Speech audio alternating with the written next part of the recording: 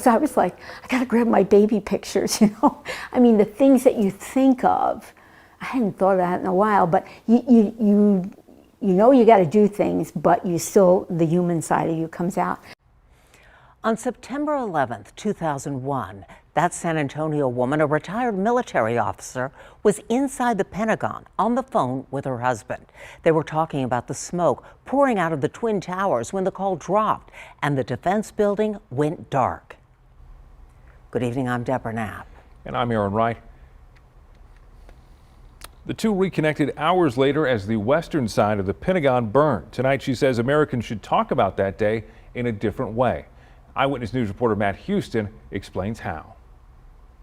Something special happens when New Yorkers move to Texas. He really liked that. At least that's how the former president sees it.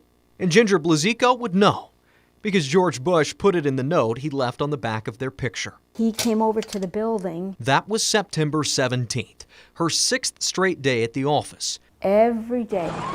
After terrorists flew a plane into her workplace. It was a source of pride. The retired Air Force lieutenant colonel was in the Pentagon, working for the Department of Defense when she heard the boom. When we went outside and we saw the hole, that was like, wow. This is one of just a few times she's told her story. You don't talk about it as much because you've not been asked about it as much. Yeah, exactly. Do you think there's something that's been forgotten? I don't know what they do in the schools. I don't know if we talk about it any other time. Blaziko says the world can't be a better place without a deeper understanding of the historical and cultural context surrounding the day.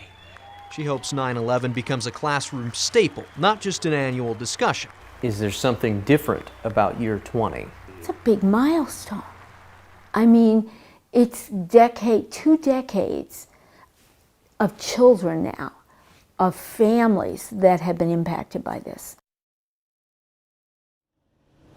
Blaziko says she feels lucky to have made it out. It's why she's still telling her girls, current Air Force students, about that day. She says it's worth telling your children the whole 9/11 story too, the events leading up to the attacks, the fear during, and the American resilience after. I'm Matt Houston, KINS 5 Eyewitness News.